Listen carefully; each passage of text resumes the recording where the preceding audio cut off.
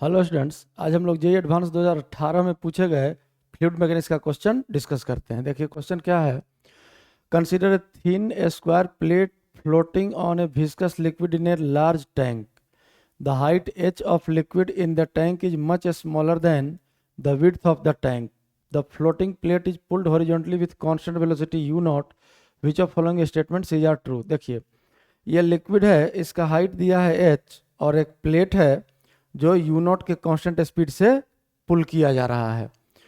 अब viscous force आप लोग पढ़े होंगे,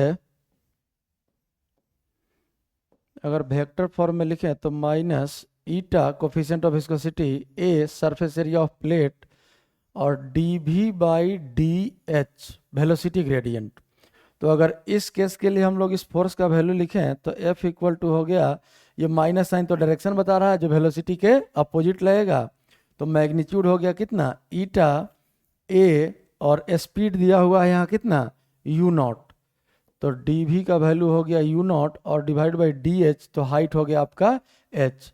मतलब लिक्विड का जो वेलोसिटी यहाँ है टैंक के बेस के पास, ये वेलोसिटी है 0 और यहाँ से हम लोग एच हाइट गए तो वेलोसिटी हो गया यू नॉट, तो D V by D H velocity gradient का वैल्यू हो जाएगा यू नॉट बाई एच। अब यहाँ देखिए ऑप्शन क्या क्या है। Resistive force of liquid on plate is inversely proportional to H. Resistive force इसी का बात कर रहा है, इनवर्सली प्रोपोर्शनल टू एच, तो दिख रहा है कि इनवर्सली प्रोपोर्शनल है एच के, मतलब पहला ऑप्शन आपका सही है। दूसरा कह रहा है resistive force of liquid on plate is independent of area of plate. Plate के एरिया से इंडिपेंडेंट बोल रहा है, लेकिन यहाँ तो प्लेट के एरिया पर डिपेंडेंट फोर्स है, तो ये सेकंड ऑप्शन आपका गलत हो गया। The tangential stress shear stress, देखिए टेंजेंशियल स्ट्रेस का अगर हम लोग बात करें तो स्ट्रेस सिग्मा हम लोग लिख सकते हैं टेंजेंशियल फोर्स और डिवाइड बाई एरिया ए।